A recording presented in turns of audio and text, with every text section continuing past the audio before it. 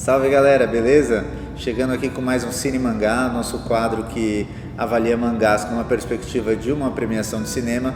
Então a gente vai ter várias categorias, né, de protagonistas coadjuvantes, masculino, feminino, antagonista, melhor mangá do mês. A gente já fez isso no vídeo anterior, falando dos melhores de agosto e setembro, e agora estamos de volta com os melhores de outubro e novembro. Vem comigo!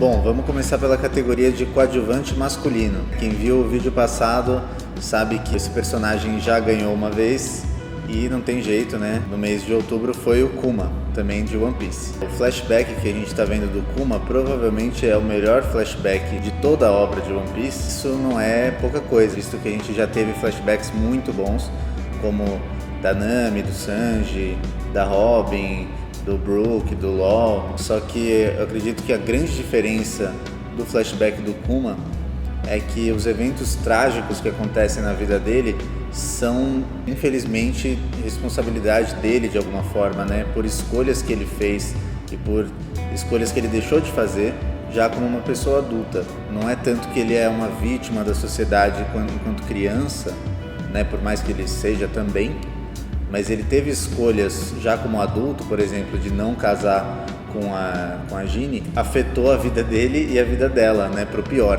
Então ele teve escolhas erradas que com certeza assombram ele durante a vida toda, né? Eu acho que esse desenvolvimento desse personagem durante o arco de Egghead está sendo uma das melhores coisas que o Oda fez ultimamente na obra. Eu espero que tenha, né, uma resolução satisfatória no final do arco. Eu acredito que vai ter sim. Ficou o Kuma no mês de outubro, e no mês de novembro nós temos o Yuta de Jujutsu Kaisen. É um personagem que estava um pouco esquecido assim em alguns capítulos, mas a gente tem que lembrar, né, que tirando o Gojo, que era o feiticeiro mais forte, o Yuta sempre foi o número 2, sempre foi o melhor aluno da escola, né? Ele é, como tendência, né, o substituto natural do Gojo, e ele demonstra isso no último capítulo que teve de Jujutsu agora em novembro, quando ele aparece para decapitar o Kenjaku, né? Então Yuta demonstrando porque ele é o melhor dos alunos de Tóquio. Seguindo para a próxima categoria de coadjuvante feminina. No mês de outubro nós tivemos a Bonnie, novamente, ele já tinha ganho anteriormente, né? A Bonnie, que é a filha do Kuma. A gente está tendo mais desenvolvimento dela, entendendo mais de onde ela veio, a idade dela, né? Que a gente achava que era uma personagem adulta, mas a gente percebe agora que ela é uma criança de 12 anos e por causa da fruta dela ela consegue parecer mais velha. Então isso traz muito mais peso para as ações dela. Uma criança que tem coragem de desafiar o governo mundial, né? Coisa que poucos fazem. Isso para o mês de outubro. Agora em novembro foi a Ginny. A Ginny, a gente sabia, né? Desde o começo do flashback, quando ela aparece, a gente já imagina que vai ser uma perda trágica na história do Kuma. Mas mesmo assim a gente não imaginaria o quão trágico seria a história dela. É uma personagem que começa a história sendo escrava, depois consegue fugir, tem uma vida feliz durante alguns anos com o Kuma, queria casar com ele e ele prefere não casar com ela porque não quer botar ela em perigo.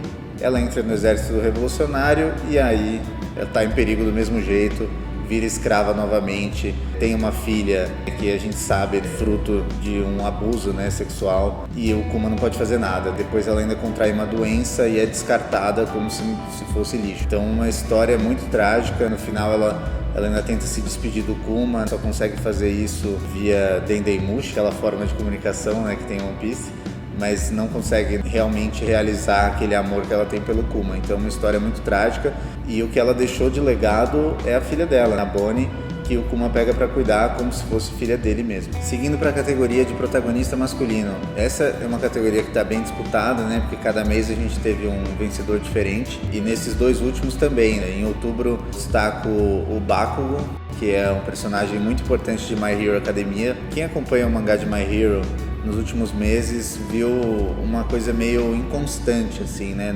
Não é uma história que tá tendo um final muito satisfatório. Tem altos e baixos, tem personagens que ao longo da obra tiveram pouco desenvolvimento.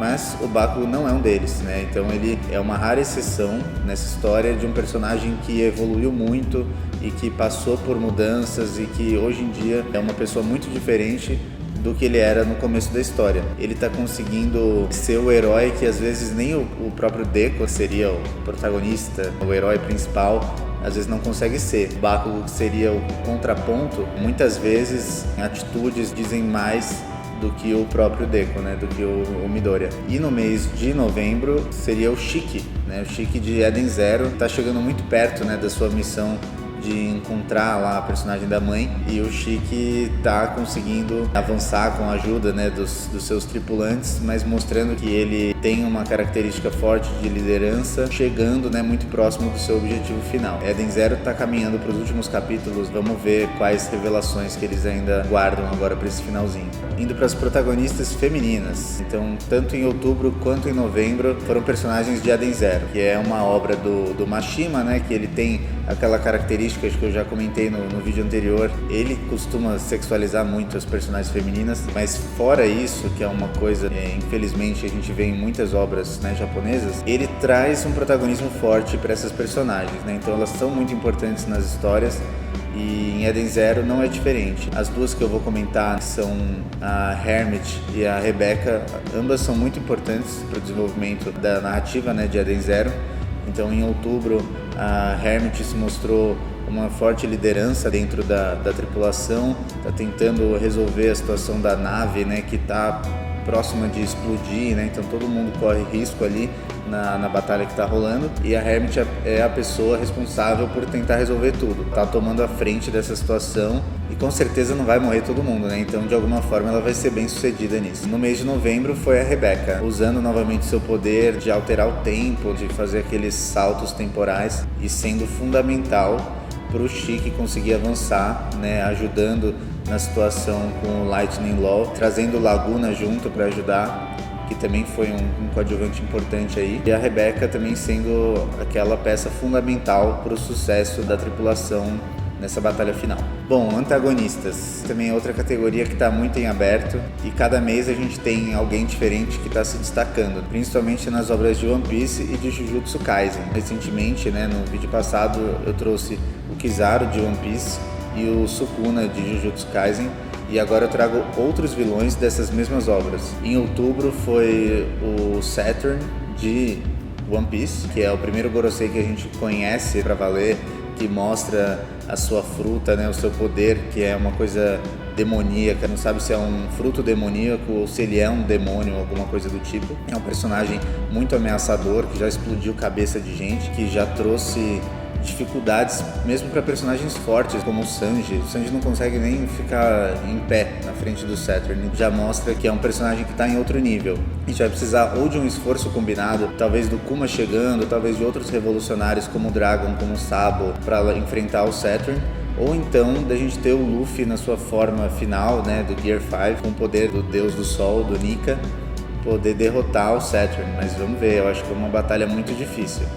Quem sabe até o próprio Kizaru pode ser um fator nisso, decidir se ele resolver mudar de lado, né? Ele pode ser um fator para a vitória dos Chapéus de Palha. No mês de outubro, então, o Saturn. Em novembro, nós temos o Kenjaku. O Kenjaku foi um vilão muito importante em toda a história de Jujutsu Kaisen. Desde o começo ele está lá tramando, é quem arquiteta todo o plano, né, no arco de Shibuya, e futuramente dos jogos, né, do jogo do abate, também é a mente por trás de tudo. Além disso, também ao mesmo tempo é um personagem divertido de ler, né, então a gente tem falas engraçadas dele. Ele estava numa batalha que foi divertida, né, que tinha até stand-up no meio, não era só uma luta, né, de soco, de chute, né, era uma coisa de um tentando ser mais esperto que o outro, ser mais engraçado que o outro. Agora aparentemente foi derrotado, né, foi decapitado pelo Yuta, mas eu diria que ele ainda tem alguma carta na manga. Por mais que ele morra, ele ainda vai deixar alguma pedra no sapato aí dos protagonistas de Jujutsu. Chegando na nossa última categoria de melhor mangá, continua tudo igual, continua sendo One Piece, tanto em outubro quanto em novembro, porque esse arco de Egghead é realmente acima da média, né? A gente tem toda uma construção de mundo, de anos, né, de construção que o Oda fez, que está se pagando agora nessa saga final. A gente tem personagens muito importantes voltando a ser relevantes, como Kuma, como Kizaru, como Lute, Saturn aparecendo finalmente, né, como um vilão final. Fora que a gente ainda pode ter os revolucionários aparecendo, né, Dragon, Sabo, Ivankov, tendo papéis cruciais, além dos Chapéus de Palha, que agora estão junto com o Vegapunk e com a Bonnie, né? Então a gente tem todo um universo que está se encontrando de um jeito muito interessante, assim, tudo muito interligado. Fica difícil de competir, né? Se fossem outros arcos como o Wano, ou até partes de Holy Cake, de Dressrosa, comparar com Jujutsu, talvez, dependendo, né, do mês. Mas atualmente, no nível que está Egghead, ninguém chega perto de One Piece, é isso aí mesmo. Bom, para finalizar, somando as categorias que a gente já fez, tanto, né, nos meses de agosto e setembro, que foi o vídeo anterior, quanto agora de outubro e novembro, a gente já tem alguns favoritos e já tem algumas categorias que estão praticamente definidas. Então, o melhor mangá já está totalmente definido, que é One Piece. Os coadjuvantes já estão encaminhados, o coadjuvante masculino sendo o Kuma e a coadjuvante feminina sendo a filha dele, a Bonnie, ambos que já ganharam 2 vezes. Na protagonista feminina, a Rebecca já tem 2 vitórias, porém, a gente ainda tem um mês aí, vai que a Hermit ou a Sarada ganham de novo e empatam com ela. Caso tenha empate, a gente abre uma enquete para vocês votarem. E as categorias mais em aberto são de protagonista masculino e de antagonista, que cada mês foi um vencedor diferente. Então vamos ver quem que vai ser em dezembro para a gente ter os melhores do ano. Valeu, gente, se inscreve no canal, não se esqueça de curtir, compartilhar, comentar, fala o que você está lendo, quais personagens você gosta mais, quem que você queria ver aqui sendo falado também, pode indicar outros mangás pra gente ler. É isso, até a próxima.